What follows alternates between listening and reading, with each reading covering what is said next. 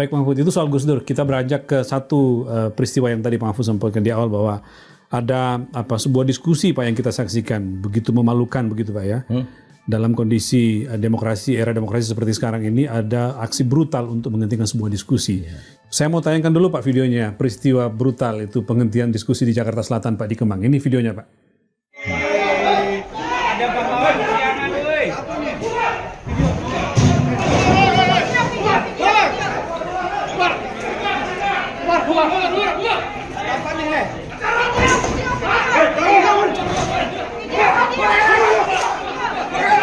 Ambil mereka.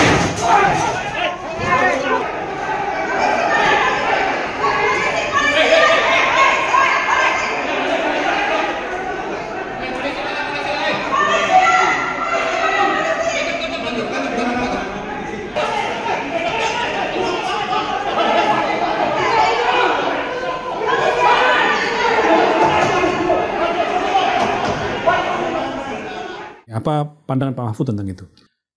Saya tentu sangat sedih. Ini kemunduran yang luar biasa bagi demokrasi dan menurut saya pasti ada otaknya di belakangnya. Aktor intelektualnya. Pasti ada aktor intelektualnya. Karena orang berdiskusi itu kan hak asasi ya. Iya. Asal tidak kriminal, itu tidak kriminal, resmi di hotel gitu ya. Lalu diserbu begitu. Tetapi saya bersyukurlah dan terima kasih juga ke Polri yang pada hari kedua ini sudah menjadikan 2 orang sebagai tersangka. Katanya sudah ada yang ditangkap ya? Ya. Tersangka. Saya kan kemarin langsung mengatakan itu gampang nemukannya kok. Polri kita tuh punya semua alat untuk menangkap penjahat. Ya. Anda tahu ketika Haris Pratama itu dihajar orang di sebuah gang yang tidak diketahui. Haris Pratama ketua KNPI. Ketua KNPI. Ya.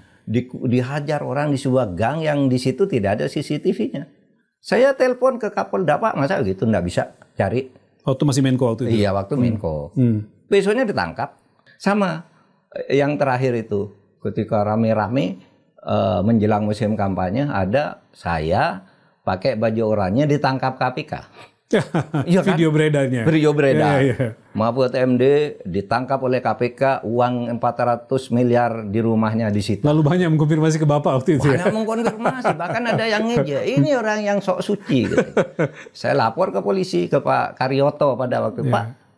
Itu ada begini masa nggak bisa ditangkap. Saya tahu polisi punya alat. 2 hari kemudian orangnya datang. Namanya Anwar yang membuat itu.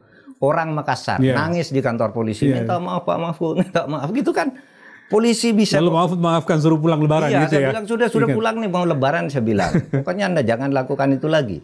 Yang penting disiarkan ke masyarakat bahwa Anda berbuat hoax. Siapa Mahfud minta maaf gitu. Namanya Anwar, orang Makassar gitu.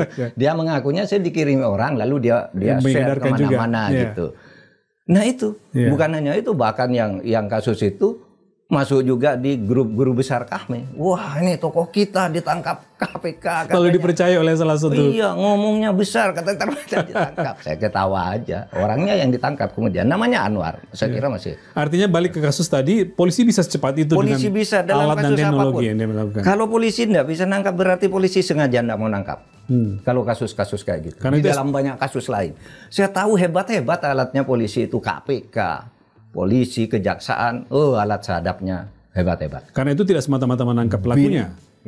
BNN tuh alatnya hebat. Gimana Anda bisa tahu bahwa orang sedang membawa narkoba di tengah laut gitu? Kalau alatnya tidak hebat. Gitu. Di tengah laut didatangi narkoba gitu. Betul. Gimana coba? Alatnya hebat. Jadi aparat kita itu sudah hebat kalau mau. Tinggal mau apa tidak. Tinggal artinya, pimpinannya punya komitmen enggak untuk melakukan itu. Kalau kembali ke kasus tadi, aksi brutal premanisme di Jakarta Selatan di Kemang itu artinya harapan Mahfud bukan semata-mata menangkap orangnya karena dengan mudah, tapi juga menangkap aktor intelektualnya. Menangkap aktor intelektualnya dan juga mengantisipasi atau menghindari agar itu tidak sampai terjadi. Ya, caranya ya pertama penangkapan, yang kedua memberitahu bahwa polisi itu tegas bisa melakukan itu. Hal-hal yang baik diinginkan oleh negara dan pemerintahan ini sudah diberikan oleh negara kepada Polri agar dimiliki dan itu kalau digunakan bagus sekali. Oke, baik.